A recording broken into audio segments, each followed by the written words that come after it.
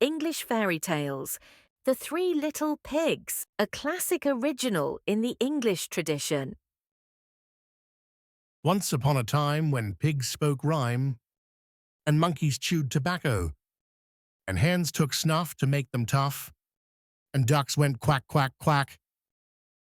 Oh, there was an old sow with 3 little pigs, and as she had not enough to keep them, she sent them out to seek their fortune. The first that went off met a man with a bundle of straw, and said to him, "Please, man, give me that straw to build me a house." which the man did, and the little pig built a house with it.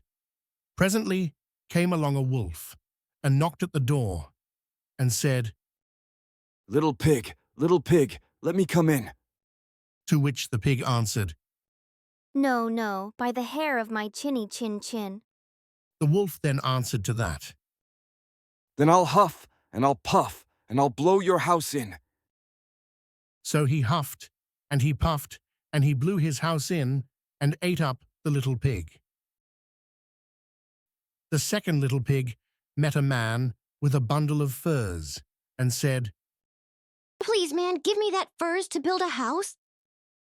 which the man did, and the little pig built a house with it.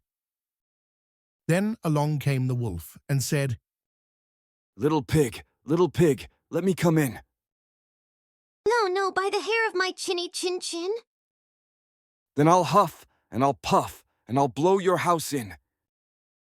So he huffed, and he puffed, and he puffed, and he huffed, and at last he blew the house down, and he ate up the little pig.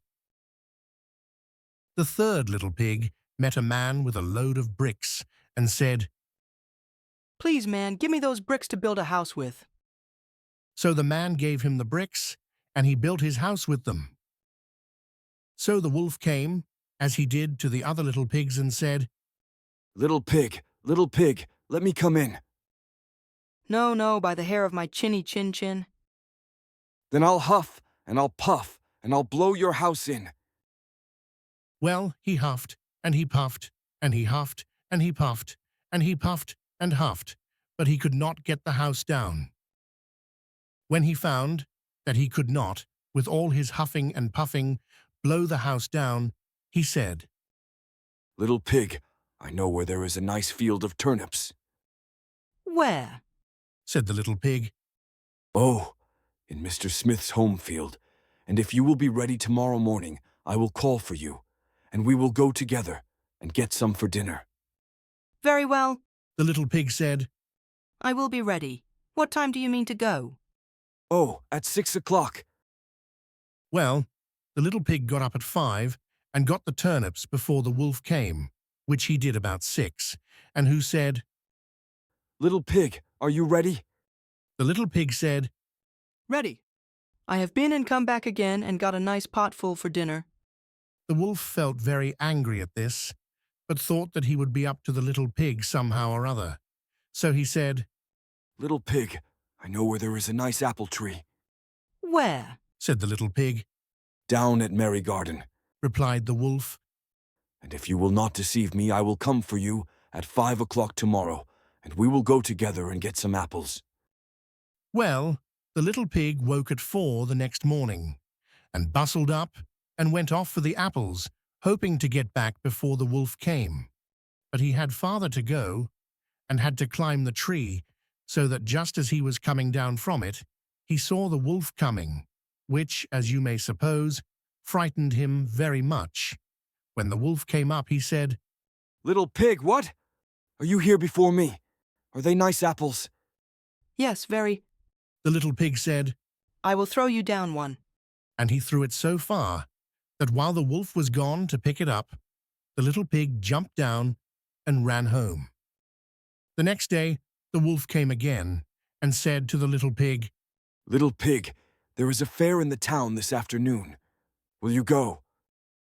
"Oh, yes, The little pig said, I will go. What time shall you be ready?" At 3. said the wolf. So the little pig went off before the time, as usual, and got to the fair, and bought a butter churn, and was on his way home with it when he saw the wolf coming. Then he could not tell what to do.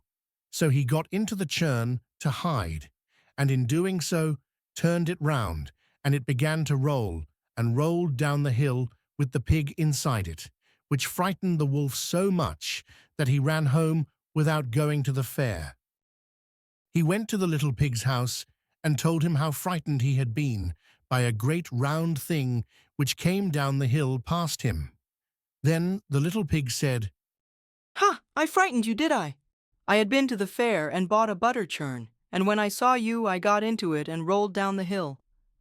Then the wolf was very angry indeed, and declared he would eat up the little pig, and that he would get down the chimney after him.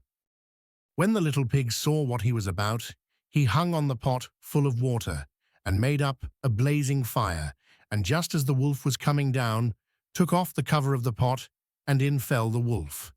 And the little pig put on the cover again in an instant, boiled him up, and ate him for supper, and lived happy ever after.